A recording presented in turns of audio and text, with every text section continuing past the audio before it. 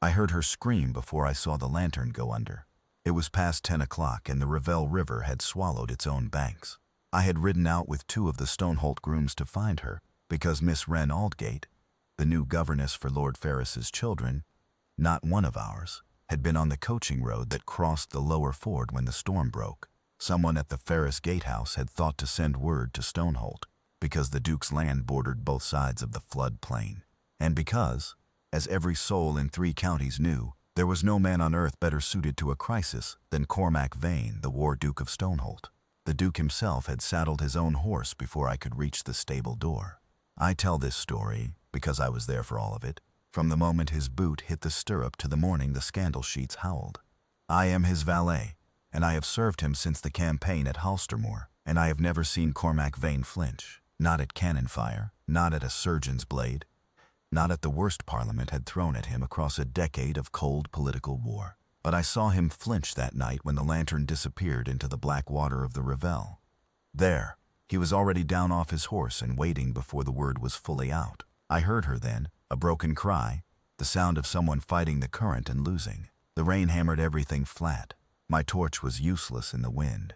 One of the grooms, a young man named Pell, had the presence to hold both horses back from the bank while I pressed forward with the second lamp, angling it low so the light might catch something, a hand, a pale gown, anything.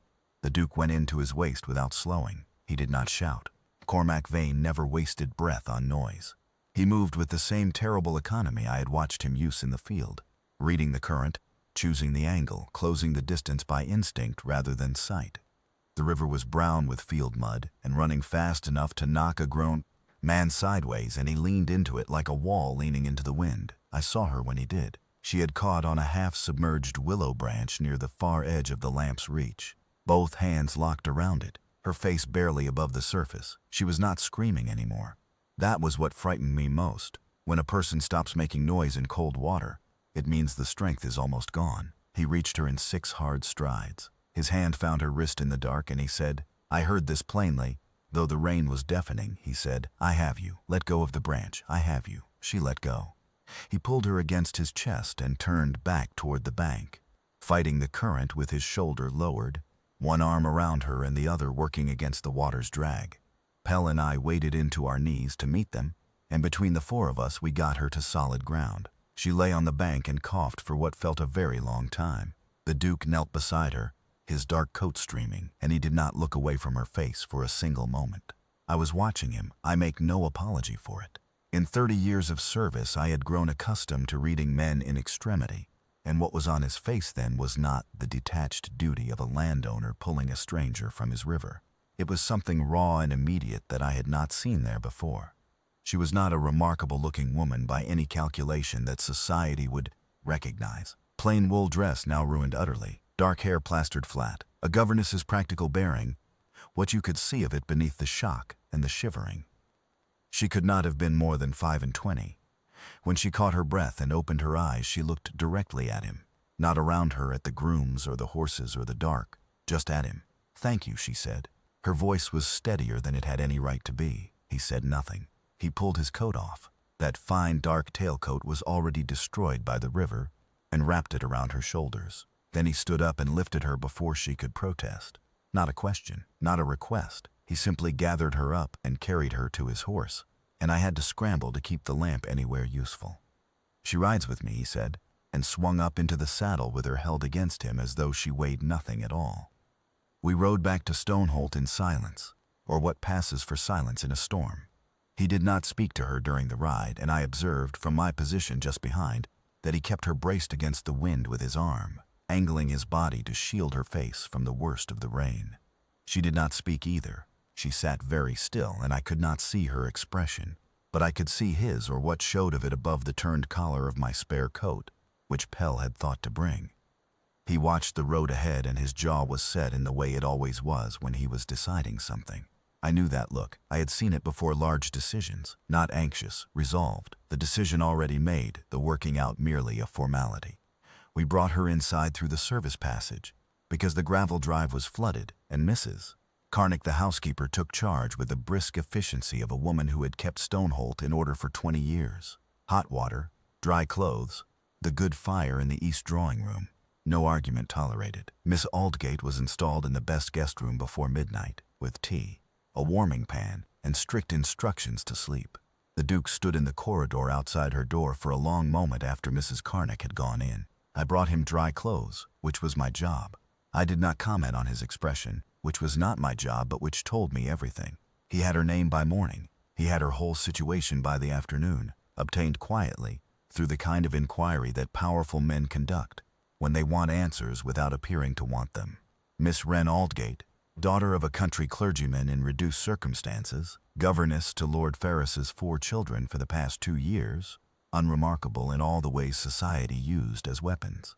The young ladies at the Ferris house thought her too plain. Lord Ferris's wife considered her too quiet. Society at large had no opinion of her whatsoever, because society at large had never looked. He went to see her that afternoon. I laid out the good waistcoat without being asked, because 30 years of service teaches you certain things. I do not know precisely what was said in the East drawing room. I waited outside, as is proper. What I can tell you is that he was in there for 2 hours, which is 1 hour and 55 minutes longer than any conversation the Duke of Stoneholt had held with any woman of his acquaintance in the 3 years since the war. When he came out, his expression was settled in a way it had not been the night before, or the year before, or the decade before. The particular settled quality of a man who has crossed a question off a list that had troubled him for some time. Payne, he said, he always called me Payne, send for the solicitor. I said, yes, your grace, and went to do it. There was, as you might imagine, a great deal of noise made afterward. Lord Ferris was displeased, because a governess who leaves one's employ to marry a duke is poor form in his view, the wrong kind of social arithmetic. Society in general produced the predictable murmur, too plain, too ordinary, too obscure, and, most damning in their arithmetic, too grateful. As though the worst thing a woman could be was grateful to the man who pulled her from a river. Cormac Vane, the war Duke of Stoneholt, who had faced down 4 parliamentary committees in the north flank at Halstermore, paid these opinions not the smallest attention. He sent for the solicitor, and then he sent for a ring from the Stoneholt vault, a heavy gold thing, period-worn, that had been in the family longer than the earldom, and he placed it on her hand in the east drawing-room, with no one present but Mrs. Carnick and myself, because he was not a man who required an audience. She wore it as though she had always worn it.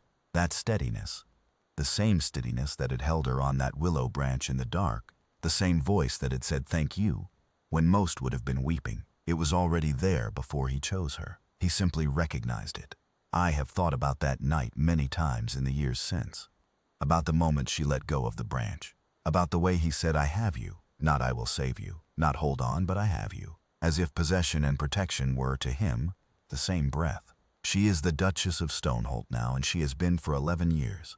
The drawing room, where he placed the ring on her finger, is still the east drawing room, and the willow tree still stands at the river bend below the flood plain, though the river has kept its banks since then, as if it knows better than to try that again.